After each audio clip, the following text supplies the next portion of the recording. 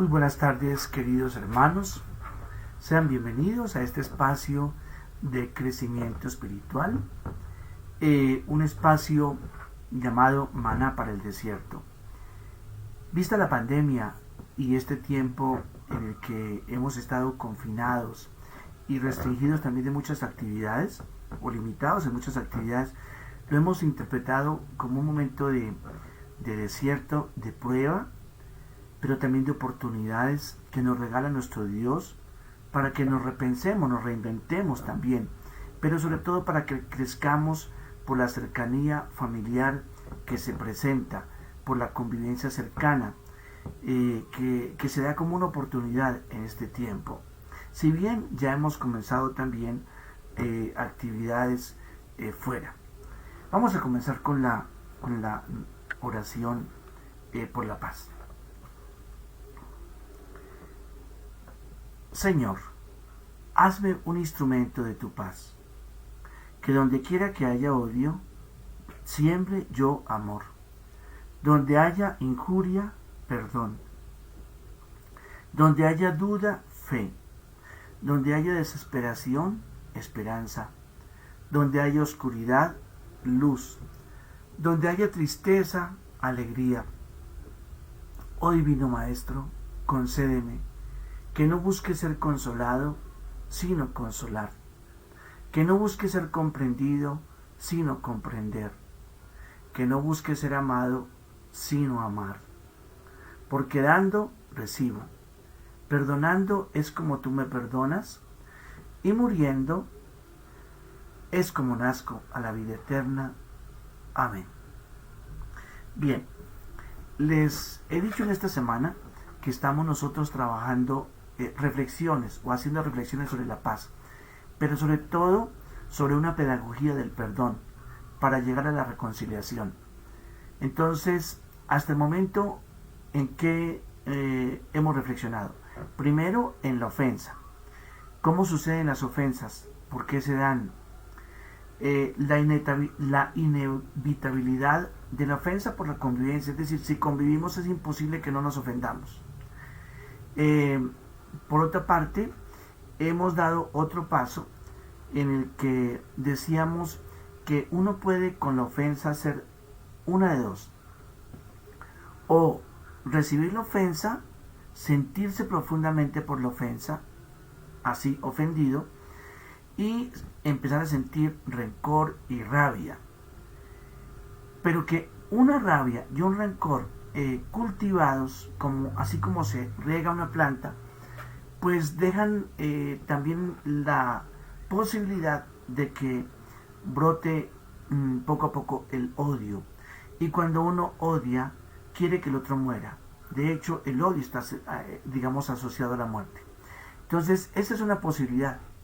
Me ofenden y yo, entonces, por el sufrimiento que he recibido, el sufrimiento que me han causado, entonces yo decido cultivar mi rencor y mi rabia, y decido resentirme, es decir, que cada vez que yo recuerdo la ofensa, me siento intensamente el sufrimiento que me ha hecho daño.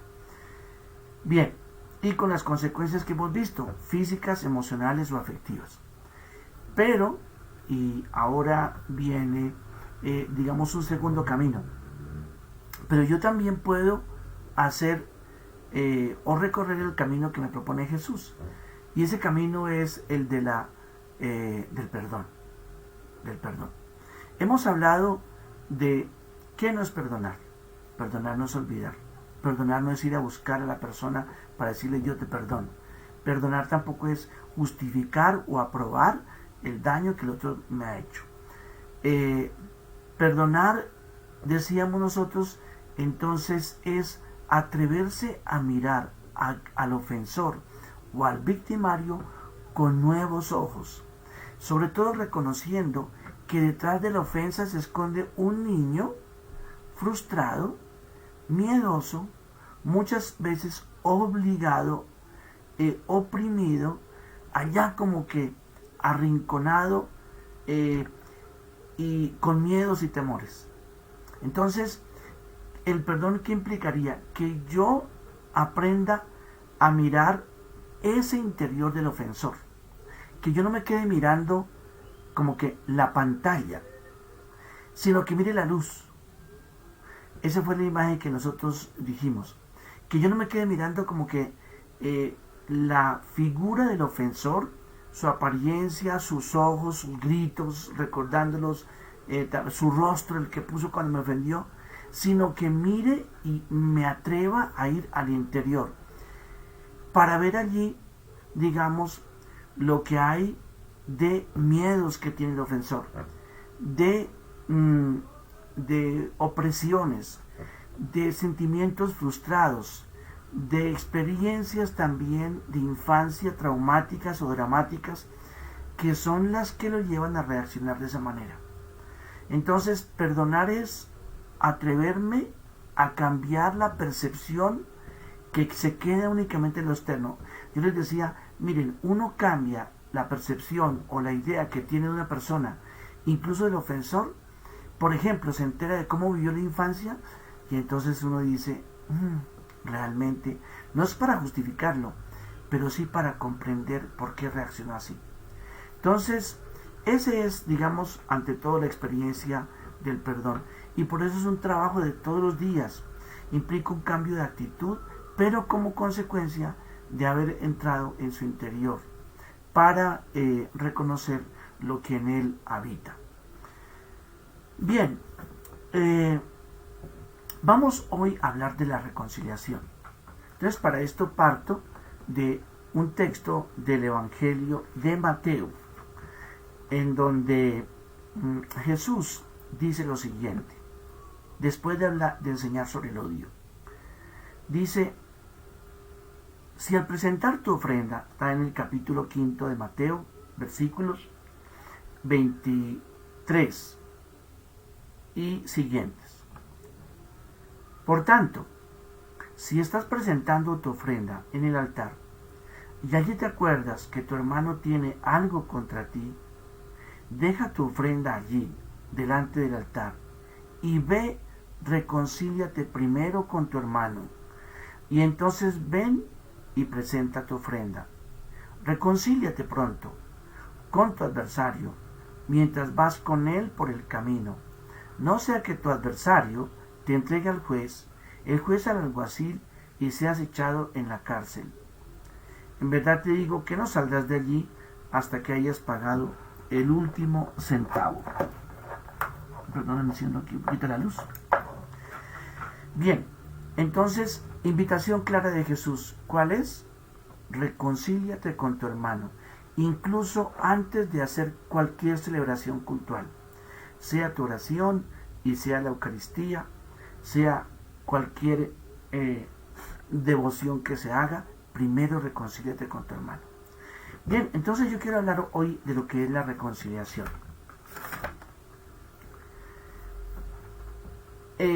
Decía lo siguiente, si el perdón es fruto de una decisión personal, porque recuerden ustedes, no es que cuando alguien me dice, es que yo no puedo perdonar, no señor, no es que no pueda, es que no quiere. Por eso, digamos, el perdón es una decisión. Usted decide perdonar. Yo decido perdonar. Yo decido atreverme a mirar sin odio y sin ánimos de venganza al hermano o al otro que me ofendió. En realidad se puede decir que logré perdonar cuando yo soy capaz de encontrarme con el ofensor, o también de pensar en el ofensor o en el victimario sin que se me alborote internamente el resentimiento, o la rabia o el rencor, o el odio que siento por el ofensor o el que me ha hecho daño.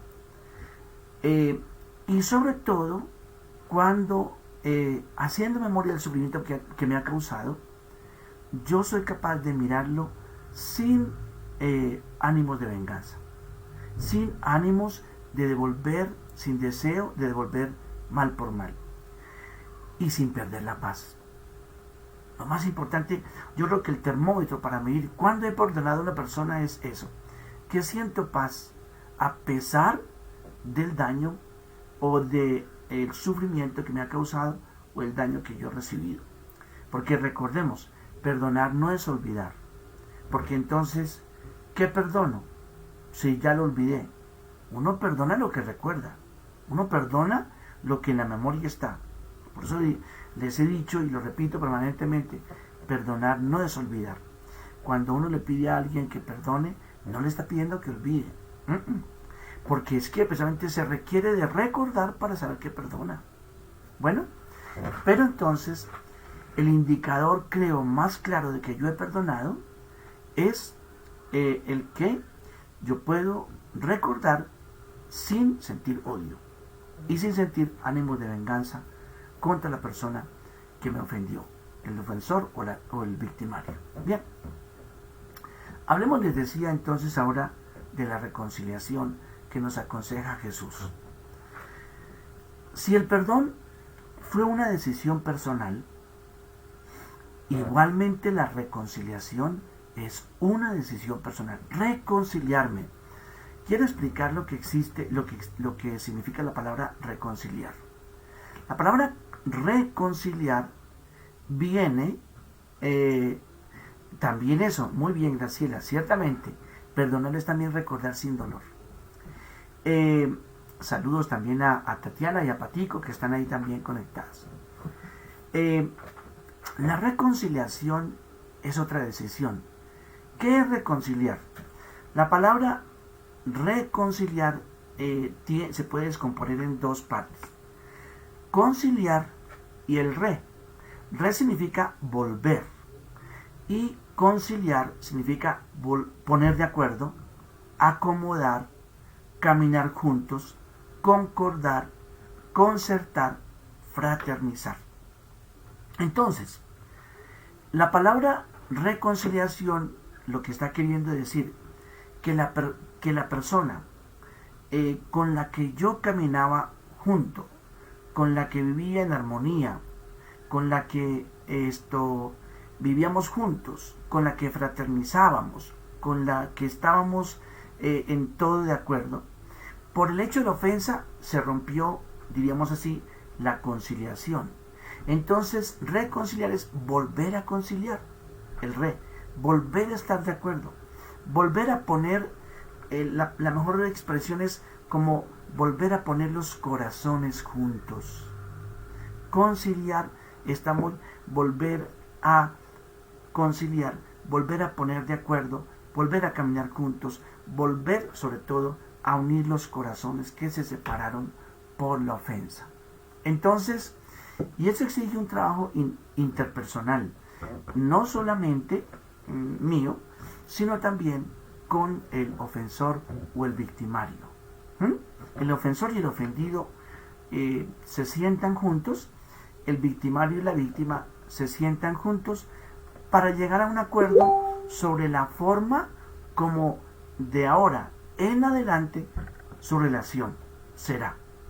En otras palabras, se trata de pensar por la reconciliación la relación hacia futuro. ¿Cómo vamos a caminar de ahora en adelante juntos? ¿Cómo vamos a restaurar la armonía perdida? ¿Cómo vamos a fraternizar de nuevo?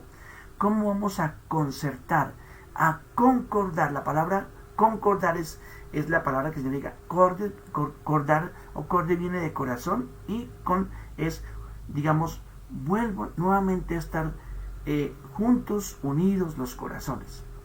Entonces, esa es la palabra reconciliación. Volver a conciliar, volver a estar de acuerdo. Pero, digamos, como una tarea para el futuro. Sin embargo, para volver a caminar juntos, para volver a fraternizar, para volver a concordar, ¿qué se requiere? Pues se requiere primero que se llegue a un acuerdo reconstruyendo la verdad. Francelini, buenas tardes. Se requiere un acuerdo reconstruyendo la verdad. Si no, digamos, uno puede conciliar, pero solo en la verdad.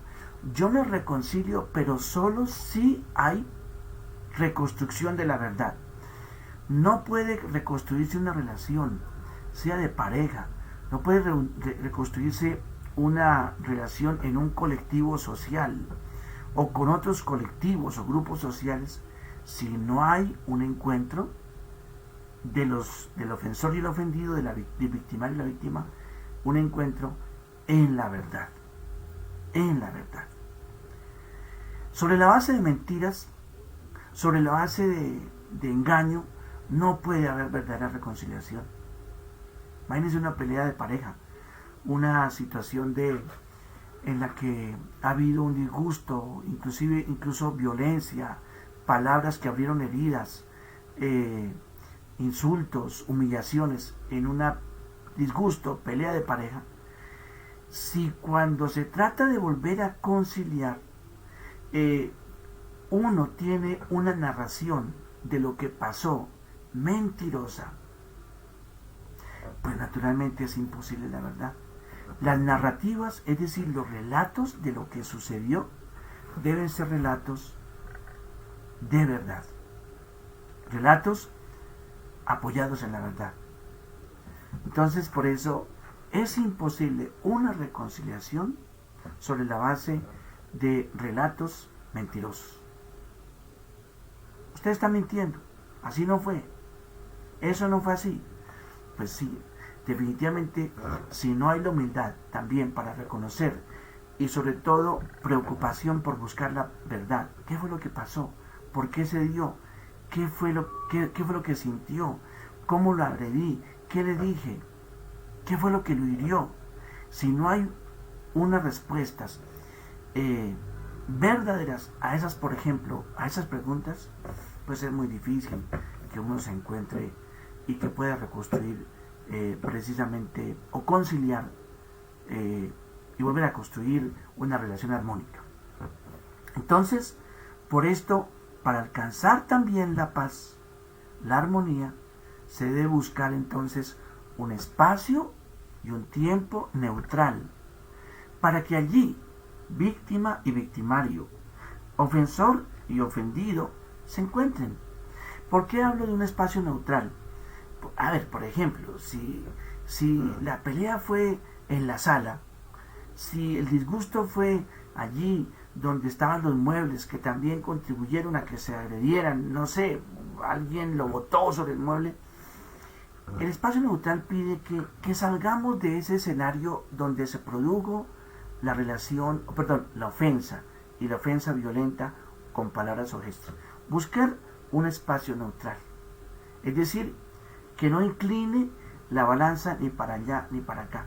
Que ese mueble fue el que usted me tiró, o que usted me lanzó allá precisamente sobre esa baldosa, que usted me hizo pegar contra el brazo de esta silla. Entonces, pues está tan cargado, diríamos, esa diríamos así, de gestos violentos, que es muy difícil también reconstruir la verdad en un espacio en el que surgen todas estas emociones. Hay que buscar un espacio neutral. Segundo, hay que buscar también un tiempo, sacarle el tiempo para el encuentro.